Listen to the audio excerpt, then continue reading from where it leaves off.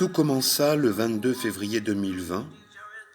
Ce fut au cours d'un périple sur le thème d'un trek initiatique que le hasard mit sur la route du sud tunisien 7 parfaits inconnus qui allaient partager 8 jours et 8 nuits de leur vie.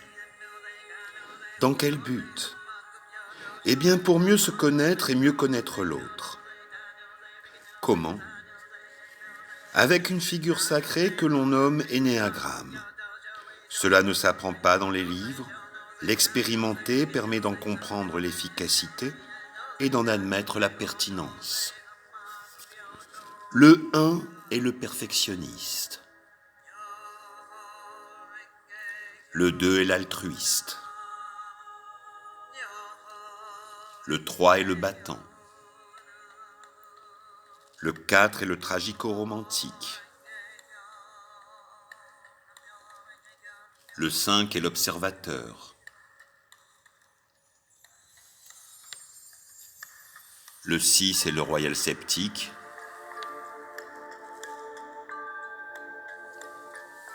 Le 7 est l'épicurien. Le 8 est le chef. Le 9 est le médiateur.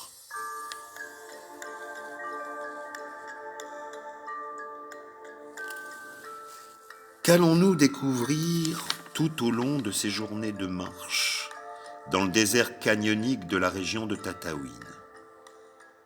Journées durant lesquelles le silence est roi, la souffrance physique est omniprésente, le courage, la volonté, la foi, les rires, la persévérance sont les limites du voile qui nous séparent de la réalité.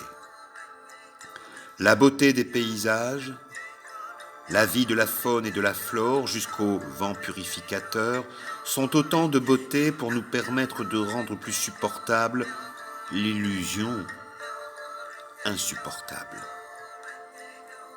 Les esprits se connectent entre eux, sous le parfum enivrant de l'armoise, un lien olfactif que chacun de nous perçoit.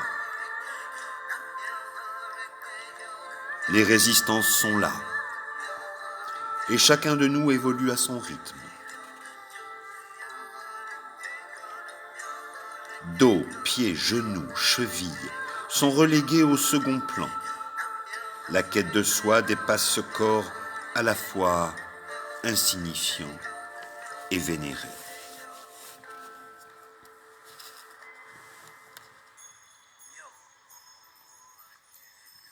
C'est en donnant aucune signification que naît le signifiant. C'est en ne voyant pas ce que je vois comme c'est maintenant que ma vision s'éclaire. C'est en gommant l'illusion que s'éveille mon être le plus profond pour reconnaître et découvrir que ma peur d'être critiqué m'a fait devenir le perfectionniste que je suis.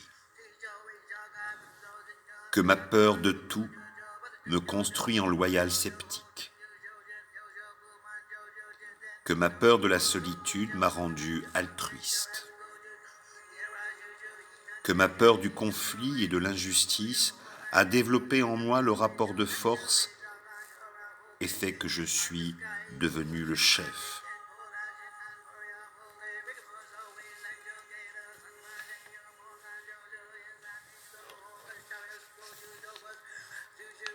C'est à partir de là que nous commençons au sens littéral du mot notre traversée du désert, le Sahara.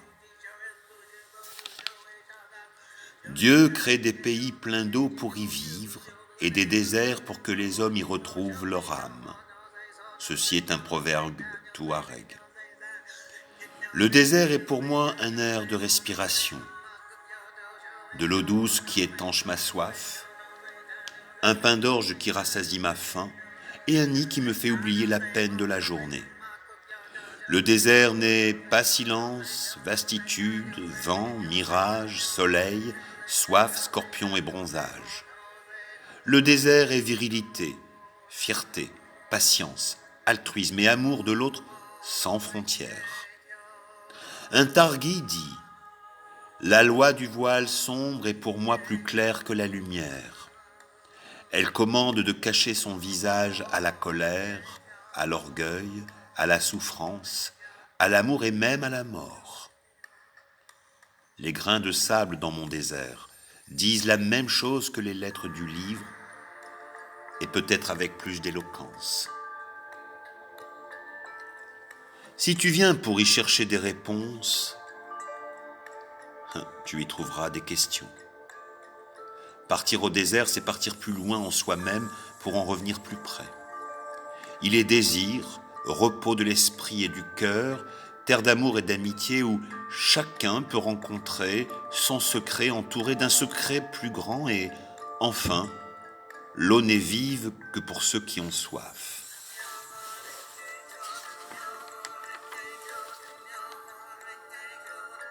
Notre pratique quotidienne de la discipline interne du Qigong et de la méditation nous ont permis un alignement dans l'unicité, l'ici et le maintenant. Nous ne faisons plus qu'un avec la force de la vie.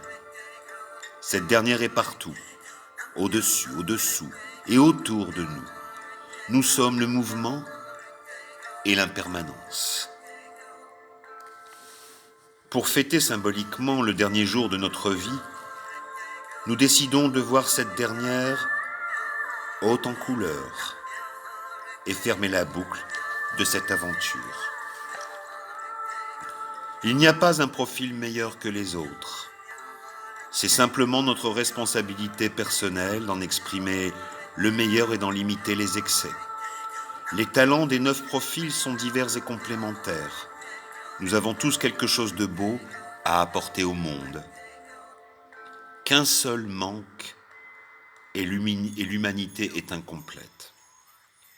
La rigueur du 1 est dangereuse si elle n'est pas tempérée par l'optimisme du 7. Cette joie du 7 n'a pas de sens si elle vient d'une vision incomplète et inexacte du monde. Elle est donc rendue plus juste par la connaissance du 5. Le savoir du 5 reste lettre morte tant qu'il n'aboutit pas à agir dans le monde avec la force du 8 et la puissance du 8, elle, n'est constructive que si elle est exercée au nom de l'amour du 2. L'amour du 2 sera désintéressé dès que s'y ajoutera la capacité du 4 à connaître ses propres besoins. Et l'intérêt de soi du 4 tourne à la complaisance sans la rigueur et l'intégrité du 1. Et la boucle est bouclée. De même, le goût de la paix du 9 est immobilisme sans la capacité d'agir et de réussir du 3. Tout comme l'action du 3 est égoïste sans la loyauté du 6. Et le sens du groupe du 6 est fanatisme sans les talents d'acceptation et de pacification du 9.